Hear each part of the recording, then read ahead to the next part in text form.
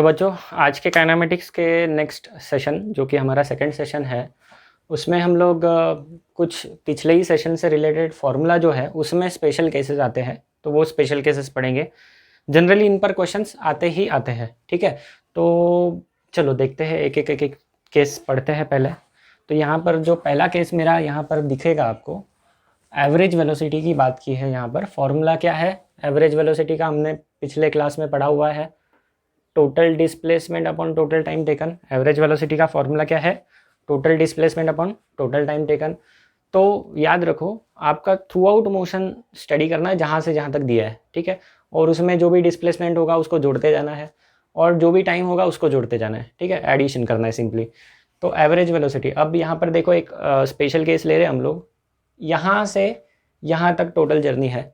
Let us से एक constant speed v1 से जो ऑब्जेक्ट है, कार हो सकता है, कुछ भी हो सकता है, ट्रेन हो सकती है, तो वो ऑब्जेक्ट यहाँ से यहाँ तक है ना, x1 distance constant speed v1 से कवर कर रहा है।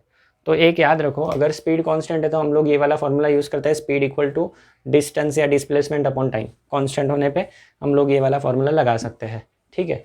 और अगर डायरेक्शन चेंज ना हो तो डिस्प्लेसमेंट और डिस्टेंस सेम होता है ना। तो यहाँ पर देखा जाए तो मोशन यहाँ से यहाँ हो रहा है तो पूरे मोशन में डायरेक्शन भी चेंज नहीं हो रहा है, ठीक है। ऐसे क्वेश्चंस आते हैं बच्चों एग्जाम्स में। तो यहाँ से यहाँ तक डिस्टेंस x1 कवर किया, स्पीड है v1, उसके आगे का डिस्टेंस है x2, वो भी कांस्टेंट स्पीड v2 से कवर किया, लेकिन ये स्पीड्स अलग अलग है ना। तो अपना फॉर्मूला क्या है, टोटल डिस्प्लेसमेंट। तो ये x1 प्लस x2 हो जाएगा टोटल डिस्प्लेसमेंट। याद रखो ये x1 x2 कोऑर्डिनेट्स नहीं है, ये क्या है, ये डिस्प्लेसमेंट्स है ना। कई बार बच्चों का ये कन्फ्यूजन हो जाता है कि हम लोग वेलोसिटी का फॉर्मूला जो लिखते हैं change in position upon time interval लिखते हैं, ठीक है। तो यहाँ पर ये x2 और x1 ये पोजीशन वेक्टर्स है, या फिर अगर हमने वेक्टर में नहीं लिख के ऐसे लिखा,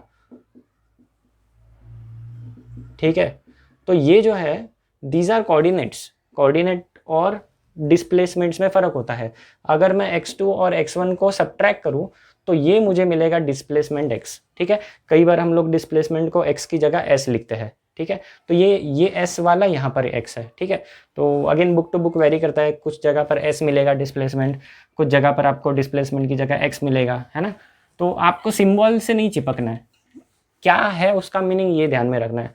या x1 क्या है, डिस्प्लेसमेंट है यहाँ से यहाँ तक का। डिस्प्लेसमेंट और कोऑर्डिनेट्स में फ़र्क होता है। अगर मैं कोऑर्डिनेट की बात करूँ तो मुझे ओरिजिन लेना पड़ेगा, सारी चीज़ें लेनी पड़ेगी।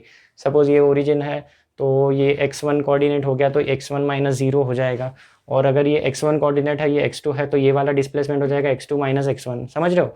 तो कोऑर्डिनेट्स में ये फॉर्मूला और डिफ़िकल्ट हो जाता, इसलिए हम लोग डायरेक्ट डिस्प्लेसमेंट्स ले रहे हैं और सिंबल हम लोग s की जगह x यूज़ कर रहे हैं, ठीक है। तो ये कुछ पॉइंट्स हैं जो कंफ्यूज नहीं करना है आपको। चलो अभी ये वाली सिचुएशन देखो, v एवरेज इक्वल टू क्या हो गया, x1 plus x2 total displacement divide by time. यहाँ पर टाइम कितना होगा, तो सिंस स्पीड इज कांस्टेंट तो speed equal to distance upon time लगा दो। तो यहाँ पर स्पीड है v1, डिस्टेंस कवर हुआ x1, टाइम लगा t1, तो t1 इक्वल टू क्या आ जाएगा, x1 बाय v1, यहाँ डाल दिया, ठीक है। वैसे ही सेकेंड यहाँ से यहाँ तक का टाइम कितना होगा, तो x2 बाई v2, ये फॉर्मूला से speed equal to distance upon time. क्यों लगा पाए, स्पीड कांस्टेंट है। अगर नहीं है कांस्टेंट तो आगे हम लोग पढ़ेंगे वो सारे केसेस जहाँ पर स्पीड कांस्टेंट नहीं मतलब एक्सेलरेशन आएगा, जो इसके बाद वाला टॉपिक है, ठीक है। तो जहाँ तक स्पीड कांस्टेंट है तो ये वाले फॉर्मूले चल जाएंगे। अब यहाँ पर एक केस बन रही है बच्चों, एक और स्पेशल केस। इसी में स्पेशल केस क्या है, तो अगर x1 और x2 इक्वल हो जाए तो क्या होगा, देखो बच्चों। तो यहाँ पर मैं डायग्राम बना देता हूँ इसके लिए खास।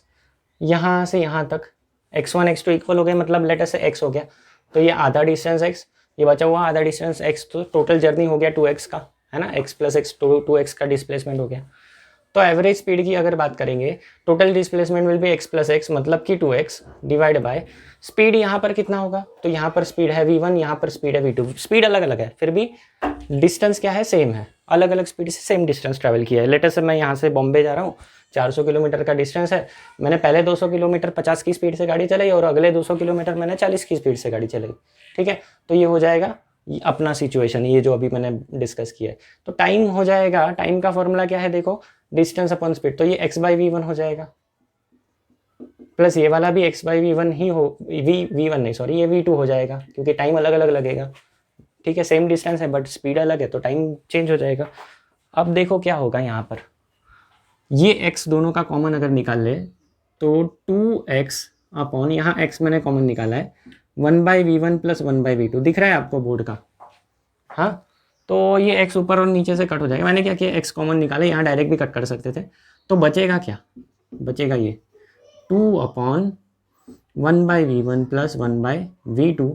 इसको बच्चों सिंप्लीफाई कर देंगे, क्रॉस मल्टीप्लाई करेंगे, v1 plus v2 upon v1 v2 और अपॉन वाला ऊपर जाएगा, तो ये हो जाएगा 2v1 v2 upon v1 plus v2। तो बच्चों ये जो इस तरह का एवरेज होता है, this is called as harmonic mean. आप मैथ्स में पढ़ोगे इसको, arithmetic mean, harmonic mean. Arithmetic mean हमने स्कूल में पढ़ा है, एडिशन कर दो, divide by number of terms कर दो। तो यहाँ पर जो है हार्मोनिक मीन होता है average speed, V average is harmonic mean. याद रखना ये जो है एवरेज स्पीड, ये हार्मोनिक मीन होगा कब, जब इक्वल डिस्टेंसेज अलग अलग स्पीड से ट्रैवल करेंगे, तो हर एक स्पीड का हार्मोनिक मीन कर दो, आपको मिल जाएगा एवरेज स्पीड। ठीक है, अब देखो ये फॉर्मूला जो है यहाँ पर, ठीक है, 2 स्पीड्स के लिए फाइन, ठीक है। कभी कभी ना 3 स्पीड वाला पूछ लेते हैं, x डिस्टेंस इतना, फिर x डिस्टेंस v2 स्पीड से और x डिस्टेंस v3 स्पीड से। तो इसमें कैसे मॉडिफिकेशन आएगा, ऊपर देखो x प्लस एक्स 3x हो जाएगा, तो यहाँ पर ऊपर 3 वाली टर्म आएगी, 3 1/v1 plus 1/v2 plus 1/v3। 4 होते तो 4 1/v1 plus 1/v2 plus 1/v3 plus 1/v4, ऐसे जनरल फॉर्मूला बना सकते हो इस पे से। ठीक है, ये क्यों हम लोग पढ़ाते हैं, क्योंकि ये याद रखने में थोड़ा आसान होता है। आप दोनों में से कोई भी याद रखो। हाँ, और याद रखना कि अगर आपके पास 1 से ज़्यादा, 2 से ज़्यादा स्पीड्स दी है तो फिर ये वाला ज़्यादा कंफर्टेबल है ना। यहाँ पर जितनी स्पीड्स है, अगर 2 इंटरवल्स है, एक ये डिस्टेंस इंटरवल, ये डिस्टेंस इंटरवल, और v1 v2 स्पीड है, तो ये ठीक है। 3 हो गए तो यहाँ पर 3 और यहाँ वही v1 v2 v3 तक करना है ना। तो ये एक लॉजिक याद रखो। अब बच्चों इस पे क्वेश्चंस क्या आ सकता है, तो मैंने वही जो क्वेश्चन अभी बताया था वो वाला कर सकते हो, आप खुद से सॉल्व करो, इजी क्वेश्चन है। क्या करना है हमें, सपोज नासिक से हम लोग गए, कहाँ तक गए, बॉम्बे गए, मुंबई गए, चलो मराठी लिखते नाम, मुंबई। ठीक है, नासिक से मुंबई गए, बीच में 200 किलोमीटर का कुछ तो मार्क ले लो, है ना। 200 किलोमीटर का जो डिस्टेंस था, ये हमने 50 किलोमीटर का कांस्टेंट स्पीड पकड़ा। फिर बचे हुए 200 किलोमीटर का जो डिस्टेंस था, टोटल 400 के, अरे यार 200 किलोमीटर है टोटल, तो 100 किलोमीटर का डिस्टेंस, नासिक से बॉम्बे 200 किलोमीटर है, तो 100 किलोमीटर के इंटरवल लेंगे। 100 किलोमीटर 50 की स्पीड से, बचा हुआ 100 किलोमीटर 40 की स्पीड से ट्रैवल किया। ठीक है, तो एवरेज स्पीड कितना होगा। अब बच्चों यहाँ पर एक और चीज़ नोट करने वाली है इस एग्जाम्पल में, ऑब्जेक्ट यहाँ से स्टार्ट कर रहा है, यहाँ जा रहा है, तो डायरेक्शन चेंज नहीं हो रही है। डायरेक्शन चेंज नहीं होगी तो एवरेज वेलोसिटी और एवरेज स्पीड सेम रहेगा। Average speed is equal to average velocity since that is no change in direction. क्यों, तो अगर डायरेक्शन में चेंज नहीं है तो डिस्टेंस और डिस्प्लेसमेंट इक्वल, टाइम तो हमेशा सेम ही होता है, तो डिस्टेंस और डिस्प्लेसमेंट इक्वल होगा। इसका मतलब क्या हो गया, एवरेज स्पीड और एवरेज वेलोसिटी सेम आएगी। ठीक है, इतना क्लियर है। ये वाला क्वेश्चन आपको करना है और मुझे कमेंट में इसका आंसर बताना है। ठीक है, बहुत आसान है, डायरेक्ट फार्मूला यूज़ करके भी कर सकते हो, है ना। तो ये आपके लिए होमवर्क है। अच्छा, अभी हम लोग जाते हैं सेकंड सिचुएशन पे। अब देखो ये फर्स्ट सिचुएशन में आपको कैसे याद रखना है, अलग अलग स्पीड से एक जैसे डिस्टेंस ट्रैवल किए तो ये फॉर्मूला हार्मोनिक मीन। अगर अलग अलग स्पीड से सेम टाइम में ट्रैवल करे तो ये दूसरी केस बन जाएगी, है ना। यहाँ पर सेम डिस्टेंस इंटरवल से ट्रैवल कर रहा है, सेम टाइम इंटरवल्स भी ट्रैवल कर सकता है अलग अलग स्पीड से। तो ये वाली सिचुएशन देखो, यहाँ पर क्या दिया है, अगर मेरा जो कार या व्हीकल है वो यहाँ से यहाँ तक गया, ठीक है, टाइम लगा t1 और कितनी स्पीड से गया v1, डिस्टेंस कितना ट्रैवल किया नहीं पता है, इस पे से निकाल सकते हैं वैसे। यहाँ से यहाँ तक गया, स्पीड लगी v2 और कांस्टेंट स्पीड है, याद रखो, यहाँ से यहाँ तक बिल्कुल चेंज नहीं है उसमें, और टाइम लगा t2, कहाँ से कहाँ, यहाँ से यहाँ। तो अब मुझे एवरेज स्पीड निकालना है, फॉर्मूला वही रहेगा, टोटल डिस्प्लेसमेंट अपन टोटल टाइम। डिस्प्लेसमेंट की बात करें तो ये डिस्प्लेसमेंट कितना हुआ, तो स्पीड इनटू टाइम होता है डिस्प्लेसमेंट कांस्टेंट केस में। यहाँ पर कांस्टेंट है, देखो यहाँ से यहाँ तक कांस्टेंट है, चेंज तो इस पॉइंट पर हुई है, तो यहाँ से यहाँ तक कांस्टेंट इस इंटरवल में t1 में, तो speed into time v1 into t1 is x1, तो ये हो गया मेरा x1 डिस्प्लेसमेंट, प्लस यहाँ का भी डिस्प्लेसमेंट चाहिए तो v2 t2 हो जाएगा, तो ये हो गया total displacement v1 t1 plus v2 t2, divide by time कितना है, तो t1 प्लस t2, ये टोटल टाइम, ये आ गया अपना फॉर्मूला। अब केस क्या बनी, सपोज यहाँ से यहाँ तक लेट अस से आधा घंटा, यहाँ से यहाँ तक आधा घंटा, तो यहाँ पर ये जो टाइम है ये इक्वल हो गया। और उस केस में क्या करेंगे, तो देखो if the object covers equal time, ये मैं एग्जांपल हटा देता हूँ, ठीक है। इक्वल टाइम इंटरवल वाली केस लेते हैं। तो इक्वल टाइम इंटरवल में क्या होगा, यहाँ से यहाँ तक ये टोटल जर्नी है, तो ये टाइम है t, ये भी टाइम t है। ये 1-1 घंटे हो सकते हैं, 2-2 घंटे हो सकते हैं, 3-3 घंटे हो सकते हैं। लेट अस से ये 2 घंटा का डिस्टेंस है और ये 2 घंटे है, तो पहले 2 घंटे मैंने 4 घंटे का जर्नी किया। फर्स्ट 2 आवर्स के लिए मैंने स्पीड रखा v1, अगले 2 आवर्स के लिए मैंने स्पीड रखा v2, ठीक है। तो वो 2 आवर्स मतलब t आवर्स है, टाइम t। आवर्स हो सकता है, सेकंड हो सकता है, कुछ भी हो, अपने को कुछ लेना देना नहीं। तो ये कंडीशन है।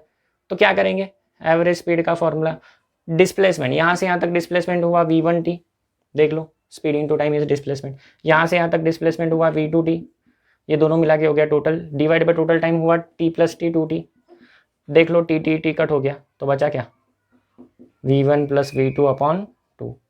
समझ रहे हो, अगेन डायरेक्शन चेंज नहीं हुआ, तो वेलोसिटी और स्पीड सेम रहने वाला है।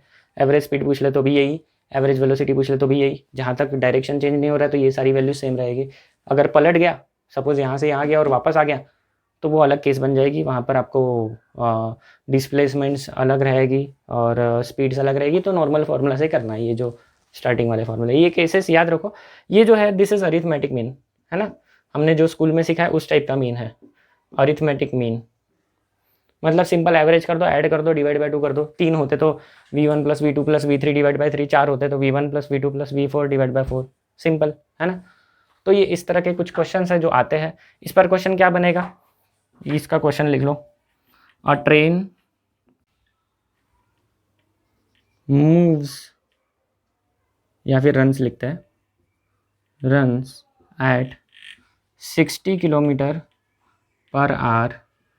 For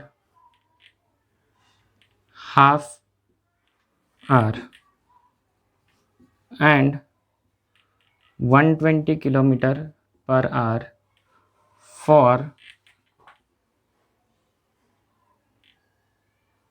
remaining half hour of journey. Find average speed and average velocity of the train if it moves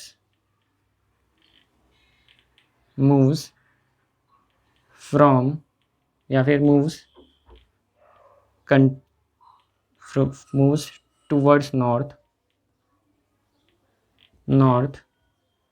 throughout journey.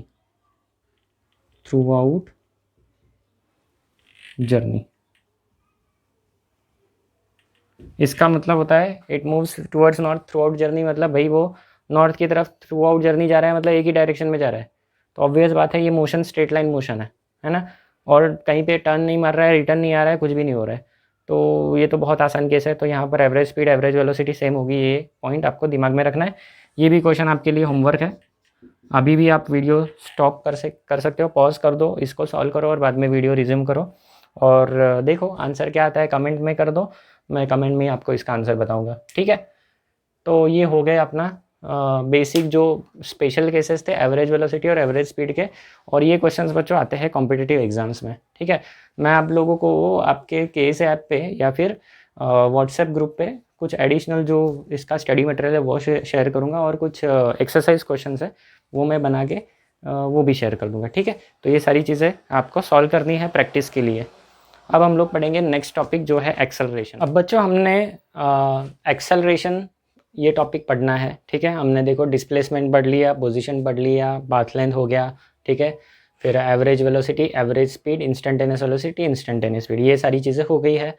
मैं एजम्पशन ये कर रहा हूँ कि आप लोगों को डेरिवेटिव और इंटीग्रेशन के मेरे जो प्रीवियस लेक्चर्स है वो आपने देखे हैं और आप बेसिक डेरिवेटिव इंटीग्रेशन कर सकते हो, और उस बेसिस पे हम लोग अभी अपना जो नेक्स्ट टॉपिक है वो स्टार्ट करते हैं जो है एक्सेलरेशन, ठीक है। तो एक्सेलरेशन क्या होता है सिंपल वर्ड्स में, गाड़ी अगर हम लोग चला रहे हैं और वहाँ पर हमारे साइड में, राइट साइड में एक थ्रॉटल होता है जिसको हम लोग घुमाते हैं तो गाड़ी का स्पीड बढ़ता है। तो स्पीड में जो चेंज आता है उसे हम लोग एक्सेलरेशन बोलते हैं। ठीक है, ज़्यादा करेक्ट वर्ड में अगर बोलना है तो एक्सेलरेशन इज चेंज। अब देखो एक्सेलरेशन में भी वापस से दो सिचुएशन आ जाती है, एवरेज एक्सेलरेशन, ठीक है, और दूसरा इंस्टेंटेनियस एक्सेलरेशन। ठीक है, बट जनरली क्या करते हैं हम लोग, ये जो इंस्टेंटेनियस एक्सेलरेशन है इसको इतना बड़ा नाम देने के बदले हम लोग सिंपली एक्सेलरेशन बोलते हैं। ठीक है, याद रखना है। तो हम लोग जनरली अगर एक्सेलरेशन की बात करेंगे तो ये इंस्टेंटेनियस होगा, और ज़्यादातर क्वेश्चन इंस्टेंटेनियस एक्सेलरेशन से रिलेटेड आ सकते हैं। एवरेज एक्सेलरेशन मतलब क्या होगा, total change in velocity divide by time interval. ठीक है, ये हो गया इसका फॉर्मूला या डेफिनेशन। एक्सेलरेशन का डेफिनेशन है rate of change of velocity with respect to time. अब अगर आप देखोगे तो आप बोलोगे सर ये और ये इसमें फ़र्क क्या है, तो फ़र्क है यहाँ पर फाइनाइट टाइम इंटरवल में। लेट अस से मैं यहाँ से बॉम्बे जा रहा हूँ, 4 घंटे की जर्नी है नासिक से बॉम्बे की, और 4 घंटे की जर्नी में अगर मैं टोटल टाइम इंटरवल 4 घंटे का ले रहा हूँ, ठीक है, या फिर लेट अस से 2 घंटे या 1 घंटे का ले रहा हूँ, तो ये बहुत बड़ा टाइम इंटरवल है ना। और उस 1 घंटे की जर्नी में मेरा स्पीड बहुत बार चेंज होने वाला है, या फिर उसमें सिग्निफिकेंट चेंज आने वाला है। तो उस significant change divide by significant time interval is change in velocity. ठीक है, और यहाँ पर जो है वो हम लोग डिफरेंशिएट करेंगे डी बाई डी डी, इसको डेरिवेटिव फॉर्म में या फिर लिमिट फॉर्मेट में लिखेंगे। Limit delta V by delta T as delta T tends to 0। ये डेल्टा कुछ बुक्स में ऐसा डेल्टा मिलेगा, कुछ बुक्स में ये वाला डेल्टा मिलेगा। ये बेसिकली चेंज बताता है, तो फिर कोई भी डेल्टा हो कोई फ़र्क नहीं पड़ रहा है अपने को। हाँ, अब मैं इसको थोड़ा सा ये वाली चीज़ है ना, ये ग्राफ से एक्सप्लेन करता हूँ। इसमें क्या करेंगे, अगर मेरा ये जो है ये स्कूल लेवल का क्वेश्चन बनता है। इस पर सपोज ये मेरा ऑब्जेक्ट है, इनिशियल स्पीड है u, थोड़ी देर के बाद स्पीड हो गई v, है ना। तो यहाँ से यहाँ तक स्पीड हुई v, तो स्पीड बढ़ी, तो बढ़ने के लिए इस पर एक्सेलरेशन एक्ट होना चाहिए। तो लेटर से टाइम लगा t यहाँ से यहाँ तक जाने में, और उतने में स्पीड u से v हो गई। तो चेंज इन स्पीड होगा फाइनल माइनस इनिशियल, और टाइम लगा t।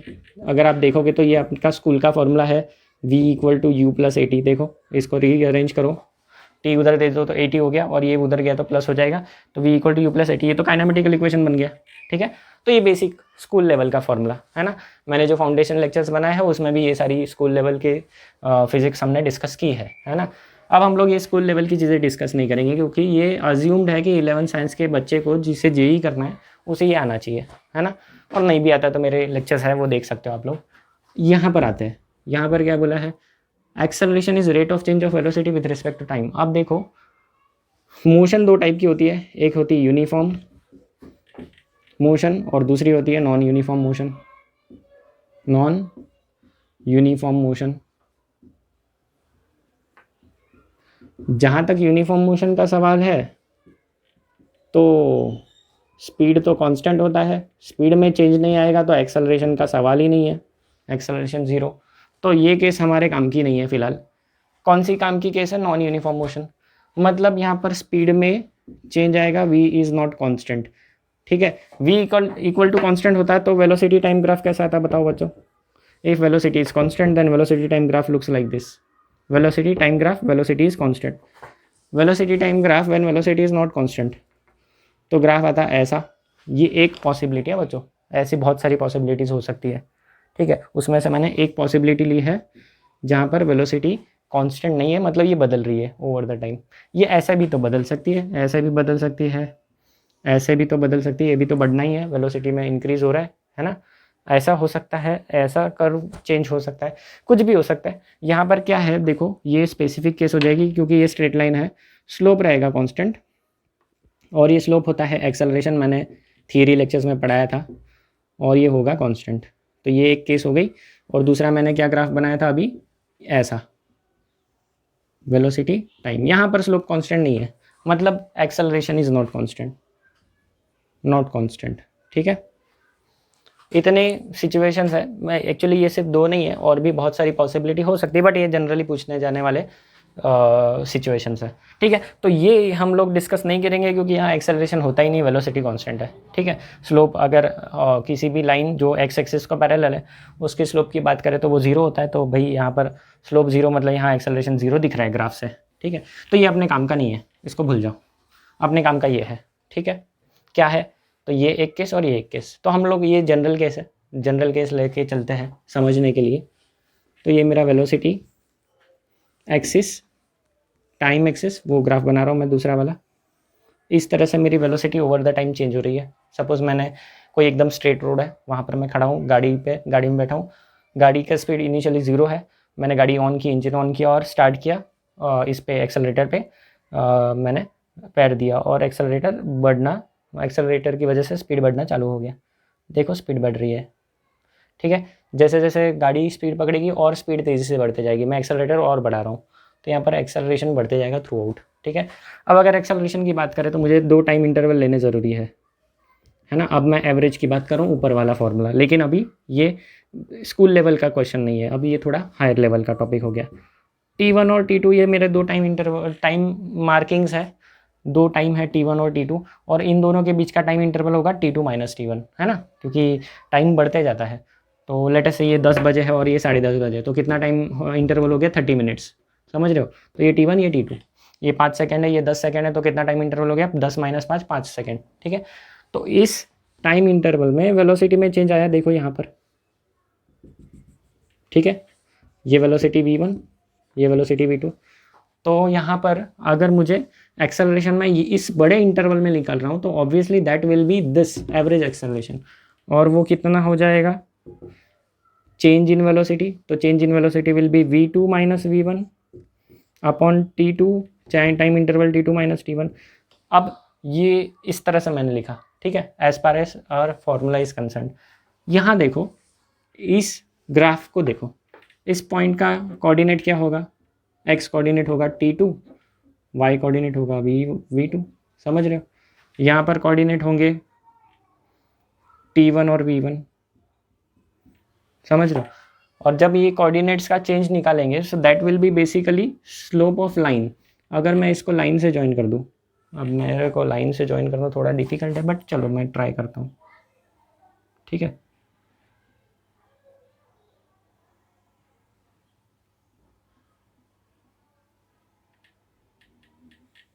हाँ, अब देखो, तो यहाँ पर मैंने क्या किया, कोऑर्डिनेट्स का डिफरेंस ले रहा हूँ, तो बेसिकली मैं इस लाइन का स्लोप ले रहा हूँ। मैं क्या ले रहा हूँ यहाँ पर, slope of this line, and that will be average acceleration, है ना, चेंज इन कोऑर्डिनेट्स। तो ये बेसिकली क्या है, this is equal to slope किसका, यहाँ पर लाइन का नाम दे दो AB, तो स्लोप ऑफ लाइन AB। याद रखना यहाँ पर वेलोसिटी इस तरह से चेंज हो रही है, तो ये जो स्लोप है ये बिल्कुल हमें पूरे इंटरवल के बारे में बता रहा है, हर पॉइंट में क्या हुआ इसके बारे में इंफॉर्मेशन नहीं दे रहा है। याद रखो, एवरेज हमेशा हमें थ्रू आउट जर्नी का ओवरऑल आइडिया देता है, हर एक पॉइंट का आइडिया नहीं देता है।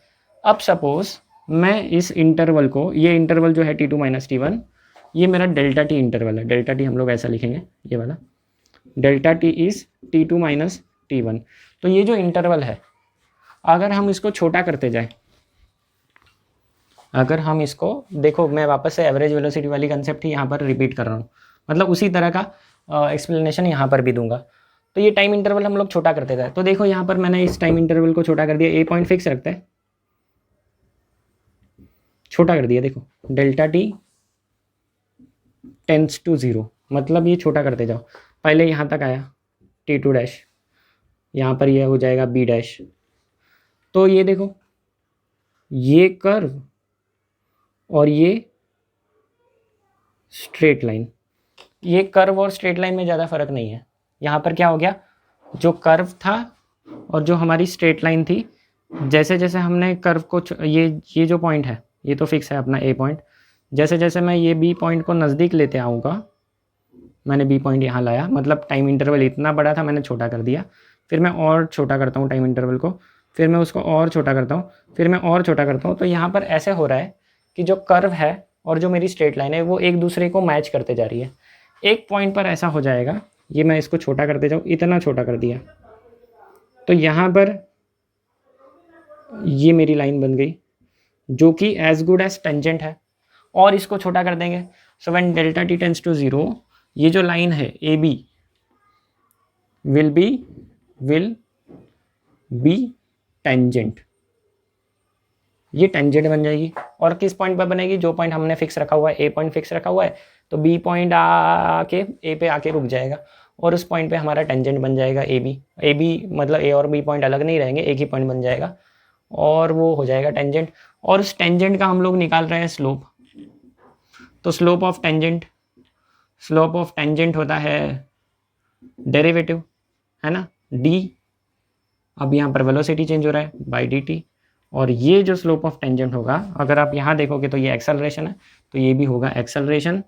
तो यहाँ पर ये कैसे आ गया एक्सेलरेशन? तो देखो हमने क्या किया, ये जो डेल्टा वी, इसको मैं ऐसे लिख सकता हूँ ना, delta V change in velocity, और ये डेल्टा टी, तो इसमें मैंने delta V by delta T का लिमिट लिया as delta T tends to 0।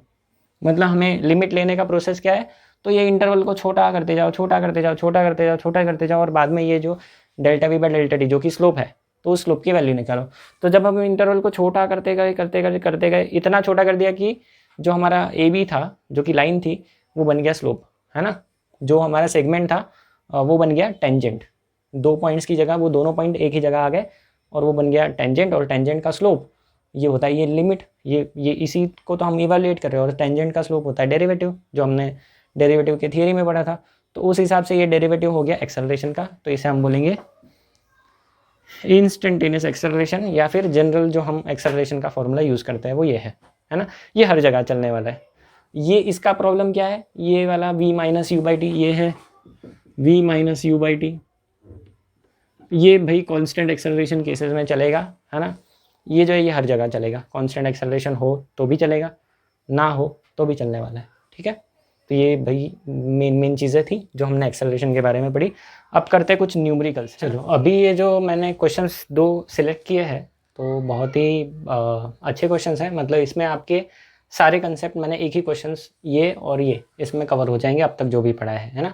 तो इसके बाद एक और क्वेश्चन करेंगे जो थोड़ा अलग टाइप का होगा, बट इसमें ये सारे मैक्सिमम क्वेश्चंस कवर हो जाएंगे, ठीक है। अगेन इस तरह के क्वेश्चंस एग्जाम में डायरेक्ट नहीं आएंगे, आपको इनमें से कुछ क्वेश्चंस आ सकते हैं, कॉम्बिनेशन आ सकता है ना। मैंने एक ही क्वेश्चन में सारा चीज़ें मिक्स कर दिया है। चलो पहले ये वाला करते हैं, ऊपर वाला क्वेश्चन, ठीक है, जो हमारा फर्स्ट क्वेश्चन है। वेलोसिटी ऑफ कार, क्वेश्चन पढ़ते हैं। Velocity of car changes from 36 kilometre per hour. तो ये इनिशियल वेलोसिटी हो गया 36 kilometre per hour to 54 kilometre per hour, ये हो गया फाइनल वेलोसिटी, ठीक है। अभी स्टार्टिंग के कुछ क्वेश्चन है, इसलिए मैं इतना डिटेल में लिख रहा हूँ हर चीज़ को। Velocity of car changes from 36 to 54 kilometre per hour in 10 second. कितना टाइम लगा इस चेंज होने के लिए? ये टाइम लगा अपने को 10 सेकेंड का। Find its acceleration in metre per second. Acceleration का मीटर पर सेकेंड स्क्वायर, याद रखो एक्सेलरेशन का यूनिट है मीटर पर सेकेंड स्क्वायर, है ना। तो हमें वो एक्सेलरेशन निकालना है, कितना आ रहा है। तो अगर आप देखोगे ये वैल्यूज़ को देखते हुए हमें पता है कि फॉर्मूला हम यूज़ करेंगे एक्सेलरेशन का v minus you by T, है ना, क्योंकि हमारे पास कोई फंक्शन तो दिया नहीं हमें, इनिशियल और फाइनल दिया, तो हम लोग ये लगाएंगे। अब यहाँ पर एक्सेलरेशन मीटर पर सेकेंड होना चाहिए, मीटर पर सेकेंड स्क्वायर होना चाहिए। टाइम तो सेकेंड में है, किलोमीटर पर आ रही है ऐसा यूनिट नहीं है, उसको करना होगा मीटर पर सेकेंड। इसे किस में करना होगा? मीटर पर सेकेंड में करना होगा। तो कैसे करेंगे?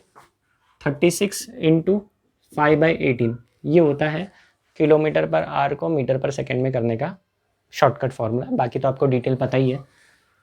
तो ये हो जाएगा 18 टू ज़ा 36, तो ये हो गया 10 metre per second square, 10 metre per second, ठीक है। ये स्पीड है इनिशियली। अब 54 का भी कर लेते हैं। 54 into 5/18, 3 5 15 metre per second. Values डाल देंगे। 15 v का माइनस u का है 10, डिवाइड बाय टाइम है 10, तो 15 में से 10 गया तो बच्चों कितना हो गया? ये हो गया 5 और ये हो गया 10 और ये हो गया 0.5 है ना। तो मैं यहाँ लिख देता हूँ एक्सेलरेशन इज 0.5 मीटर, ये मीटर पर सेकंड था, डिवाइड बाय सेकंड, मीटर पर सेकंड स्क्वायर। इजी क्वेश्चन था बच्चों। तो क्वेश्चन इसलिए लिया था कि आपकी कंसेप्ट क्लियर हो जाए कैसे करेंगे। इतने इजी भी क्वेश्चन आते हैं बच्चों एग्जाम में, ठीक है, हर बार ही टफ आएंगे ऐसा कोई ज़रूरी नहीं है। ये देखो पोजीशन, अब ये बड़ा क्वेश्चन है तो मुझे जगह चाहिए होगी, तो मैं ये इरेज कर देता हूँ बच्चों, है ना, जगह चाहिए होगी इस क्वेश्चन को सॉल्व करने, तो ये हटा देता हूँ। अच्छा, अभी नेक्स्ट क्वेश्चन देखो क्या है। Position of a particle is given by x equal to 5t square plus 4t plus 3, ये अपने पास फॉर्मूला दिया है। फाइंड इट्स, अच्छा यहाँ पर ये सारी चीज़ें पूछिए, particle moving along x axis, तो इससे भी पता चल जाता है एक्स कोऑर्डिनेट दिया मतलब वो एक्स एक्सिस पे मूव कर रहा है। पहला क्वेश्चन क्या है, इनिशियल पोजीशन। इनिशियल पोजीशन का मतलब होता है जब टाइम होगा 0, समझ रहे हो, जब टाइम होगा 0। So when t equal to 0 x equal to question mark, ये अपना क्वेश्चन है, सिंपल है, इसमें डाल दो x इक्वल टू टी की वैल्यू 0 डाल दो, तो 5 इंटू टी का स्क्वायर, ये 0 का स्क्वायर हो जाएगा, प्लस 4 इंटू 0 प्लस 3, तो ये 0 ये होने वाला है, ये भी 0 होने वाला है, बचेगा 3, और ये जो भी यूनिट्स होंगे एक्स एक्सिस पे ये हो गया उसका कोऑर्डिनेट, है ना। x इक्वल टू 3 कोऑर्डिनेट हुआ, मीटर है किलोमीटर है ये हमें दिया नहीं तो हम लोग लिखेंगे नहीं, तो 3 यूनिट्स लिख देंगे या फिर x इक्वल टू 3 लिख देंगे, बस हो गया। दूसरा डिस्प्लेसमेंट इन 3 सेकेंड्स, है ना, तो डिस्प्लेसमेंट जब होता है तो 3 सेकेंड्स में, मतलब t इक्वल टू 0 से t इक्वल टू 3 सेकेंड तक, t इक्वल टू 0 सेकेंड से t इक्वल टू 3 सेकेंड तक का नेट डिस्प्लेसमेंट पूछा है हमें। तो हमें अगर 3 सेकेंड में कोऑर्डिनेट पता है x कोऑर्डिनेट और 0 सेकेंड में x कोऑर्डिनेट पता है, तो मैं इन दोनों x कोऑर्डिनेट को सब्ट्रैक्ट करके आंसर निकाल सकता हूँ। तो चलो निकालते हैं, x इक्वल टू x0, तो t इक्वल टू 0 पे मैंने ऑलरेडी निकाला हुआ है, कितना आया था 3, and x3 t equal to 3 second में हम लोग निकालेंगे, यहाँ डालेंगे वैल्यू 5 इंटू 3 का स्क्वायर प्लस 4 इंटू 3 प्लस 3। क्या किया मैंने, देखो 3 सेकेंड पे उसका पोजीशन कोऑर्डिनेट निकालना है, तो मैंने यहाँ पर t की वैल्यू डाल दी 3, x0 तो 3 ही रहेगा, मैं x3 निकाल देता हूँ 3 सेकेंड पे उसका कोऑर्डिनेट, तो ये हो जाएगा 5, 3 का स्क्वायर 9 प्लस 4 3 ज़ा 12 प्लस ये 3, तो ये कितना हो गया, सही किया क्या, हाँ 45 प्लस ये 15 है ना, 45 प्लस 5 हो गया 50 प्लस 10 60, ठीक है, देख लेते हैं एक बार, 15 45 20, हाँ सही है। अब हमें डिस्प्लेसमेंट निकालना है, तो डिस्प्लेसमेंट को अगेन अलग अलग सिंबल्स यूज़ करता है, एस भी यूज़ करता है, डेल्टा एक्स भी यूज़ करता है, मैं एस यूज़ कर रहा हूँ यहाँ पर। Final position which is x3 minus initial position coordinate which is x0, तो ये कितना हो जाएगा, x3 है 60 माइनस इनिशियल है x0 3, तो 60 में से 3 है तो बच्चों कितना हो गया, ये हो गया 57, सही है। अब ये यूनिट्स लिखना पड़ेगा मुझे यहाँ पर, ये कोऑर्डिनेट नहीं है, ये चेंज इन कोऑर्डिनेट, मतलब ये मीटर होगा तो मीटर, किलोमीटर होगा तो किलोमीटर, अगेन हमें स्पेसिफाई नहीं किया है तो हम लोग सिर्फ यूनिट्स लिख के छोड़ देंगे। ये हो गया मेरा सेकेंड क्वेश्चन, फर्स्ट हो गया, सेकेंड हो गया, third velocity at the end of 5 second. अब वेलोसिटी निकालने के लिए हमें वेलोसिटी का इक्वेशन दिया नहीं है, वेलोसिटी का इक्वेशन नहीं है, एक्स का इक्वेशन है, तो पोजीशन से वेलोसिटी निकाला जा सकता है। वेलोसिटी होता है rate of change of position, सही है, वेलोसिटी होता है dx बाय dt। डेरिवेटिव निकालना सिखाया मैंने, है ना, तो मैं यहाँ डेरिवेटिव डायरेक्ट निकाल रहा हूँ इसका। ये मेरा अभी थर्ड क्वेश्चन चलेगा, अभी ये वाला velocity at end of 5 second, 5 second पे निकालनी है। तो पहले तो अपना फॉर्मूला लगा देते हैं, v equal to D X by D T, तो ये x है मेरा, इसका डेरिवेटिव निकालते हैं, ओरली निकालेंगे। देखो फाई कांस्टेंट है, वैसे ही रखो। टी स्क्वायर का डेरिवेटिव होता है बच्चों 2t, फॉर्मूला है टी स्क्वायर का डेरिवेटिव होता है 2t प्लस 4, टी का डेरिवेटिव होता है वापस से 1 और प्लस 3, ये कांस्टेंट है तो उसका डेरिवेटिव 0। सिंप्लीफाई करेंगे तो ये हो जाएगा 10t प्लस 4। सही है, देख लो 5 2 10t प्लस 4। ये अभी आंसर नहीं है, हमें पूछा है velocity at end of 5 second. तो 5 सेकेंड पे एट 5 सेकेंड मतलब t इक्वल टू 5 डाल दो।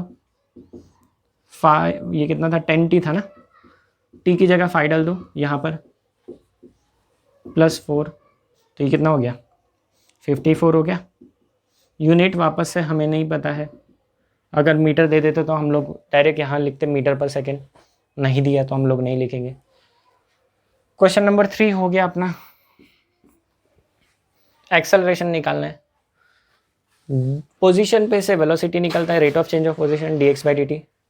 वेलोसिटी से एक्सेलरेशन निकलेगा, acceleration is dv by dt, acceleration is dv by dt। तो अभी यहाँ पर जगह नहीं है तो मैं ये वाला इरेज कर देता हूँ ऊपर का क्वेश्चन को पार्ट, ये सारा इरेज कर देता हूँ, जगह चाहिए अपने को। हमारा 3 क्वेश्चन हो गया। 4th question, acceleration at t equal to 2, acceleration at t equal to 2 seconds. ठीक है, तो ये फॉर्मूला है अपना x। अब मुझे क्या करना होगा, एक्सेलरेशन निकालने के लिए मुझे dv बाई dt करना होगा। अब गड़बड़ ये कर दी मैंने, वो v वाला फॉर्मूला तो इरेज कर दिया, तो मैं कर लेता हूँ सॉल्व वापस से। सो वेलोसिटी होता है dx बाई dt, जो कि अपना आ जाता है 10t प्लस 4, इसको सॉल्व करने पे जो मैंने अभी जस्ट किया था, ये तो आ गया अपना। एक्सेलरेशन के लिए होता है फॉर्मूला dv बाई dt, इसका डेरिवेटिव निकालो इसका, तो ये कितना हो जाएगा 10, t का डेरिवेटिव 1 प्लस कांस्टेंट का डेरिवेटिव 0, तो ये हो गया 10 मीटर पर सेकेंड स्क्वायर। अगर दिया होता, नहीं दिया है, हम लोग इसको 10 यूनिट्स लिख देंगे। अब बात ये है, यहाँ पर टाइम का इक्वेशन नहीं आ रहा है, मतलब एक्सेलरेशन क्या है, कांस्टेंट है। This implies acceleration is constant. तो मुझे बताओ कांस्टेंट थ्रू आउट मोशन, तो फिर 2 सेकेंड पे कितनी एक्सेलरेशन होगी at t equal to 2 second, 10 units होगी। अच्छा 3 सेकेंड पे कितनी होगी, उतनी ही रहेगी। क्यों उतनी ही, कांस्टेंट है ना भाई। कांस्टेंट का मतलब क्या होता है, हर वक्त कोई भी टाइम दे दो एक्सेलरेशन उतनी रहेगी, क्योंकि यहाँ पर टाइम आ ही नहीं रहा है। टाइम आता, अगर यहाँ t होता तो मुझे वहाँ पर t की वैल्यू डालनी पड़ती 2, और जो भी आंसर आता वो आंसर आता। ठीक है, अब यहाँ टाइम आ ही नहीं रहा है, एक्सेलरेशन कांस्टेंट है, तो कुछ भी टाइम पे एक्सेलरेशन वही रहेगी। ठीक है, बचा last question, where will be the particle at t equal to 5 second. तो 5 सेकेंड पे पार्टिकल का पोजीशन पूछा है, मतलब x पूछा है, तो क्या करेंगे भाई, ये तो बहुत आसान है। डायरेक्ट ये वाले फॉर्मूला में टाइम की जगह क्या डाल दो, 5 डाल दो। ठीक है, मैंने क्या किया, टाइम की जगह 5 डाल दिया। अब कैलकुलेट करो, 25 125, तो ये हो जाएगा 8 4, देखो 148 आ रहा है क्या, 125 145 प्लस 3 148 यूनिट्स। ठीक है, यहाँ पर यूनिट्स नहीं लिख सकते क्योंकि ये पोजीशन होगा, कोऑर्डिनेट होगा, है ना। तो ये इस तरह से कुछ क्वेश्चंस कर सकते हैं। ठीक है, अब एक और क्वेश्चन मैं आपको करा देता हूँ। ठीक है, ज़्यादा तो है अपने पास, बहुत सारे क्वेश्चंस हैं। ठीक है, मैं सारे क्वेश्चंस तो नहीं कराऊंगा, it will take lot of time और ज़रूरत भी नहीं है। मैं आपको सारे क्वेश्चंस एक्सरसाइज के फ़ोटो दे दूंगा। ठीक है, आपको सॉल्व करने खुद से। कुछ और वैरायटी ऑफ क्वेश्चंस है वो मैं करा देता हूँ अभी। ठीक है, तो एक क्वेश्चन अभी एक और कर लेंगे आज, और फिर लेक्चर एंड करेंगे।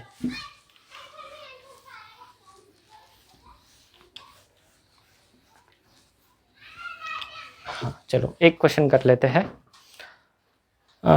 यहाँ पर ना x का इक्वेशन दिया है, x इक्वल टू, मतलब again position along x axis, है ना।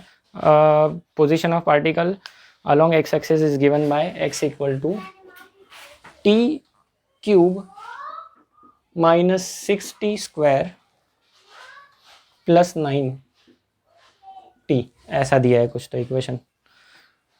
ठीक है, तो हमें बाकी चीज़ें तो आ जाएगी इसमें, मैंने सारे केसेस तो कर लिए हैं। एक क्वेश्चन इसमें बचता है, एट व्हाट टाइम